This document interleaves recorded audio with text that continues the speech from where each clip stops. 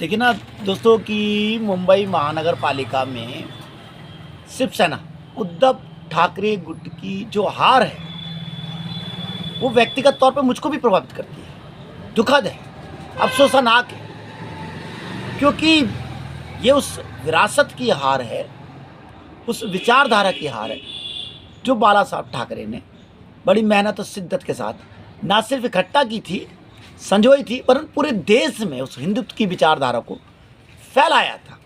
डरा समा सहमा भयभीत हिंदू समाज जो है बाला साहब ठाकरे को बड़ी उम्मीद से देखता था। अफसोस कि जो उत्तराधिकारी हैं उद्धव ठाकरे, उन्होंने उस जो पूंजी को बाला साहब ठाकरे की डुबोया है।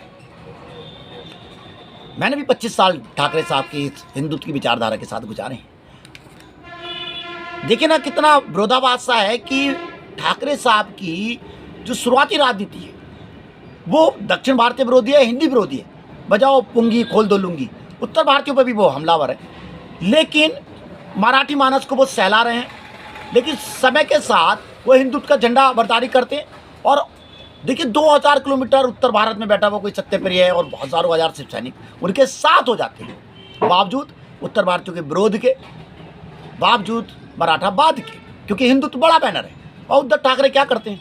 उद्धव ठाकरे जो हैं उस पूंजी को डुबोते हैं। मराठे जो हैं, मुंबई एक बहुभाषी बहुप्रांतीय शहर है आज की तारीख में। मराठे वहाँ 30-35% है।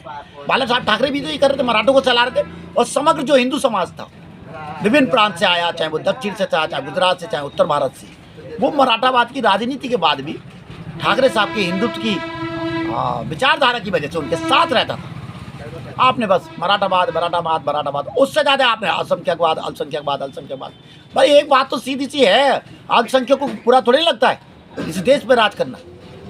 आई एम ओवैसी उनको वहाँ पे एक ताकतवर विकल्प दिखाई दिए। तो देखिए तुमसे ज़्यादा अच्छी स्थिति तो ओवैसी पार्टी की है, AIMM की है।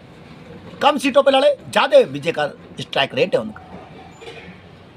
बात बस यही कहनी है, विचारधारा कार्यकर्ताओं को जोड़ती है, उसको प्रेरणा देती है आगे बढ़ने के लिए, पार्टी के साथ लड़ने के लिए। आप उस विचारधारा को डुबो देते हैं। AC में बैठ के राजनीति नहीं होती, वंशवाद की राजनीति भी नहीं चलेगी।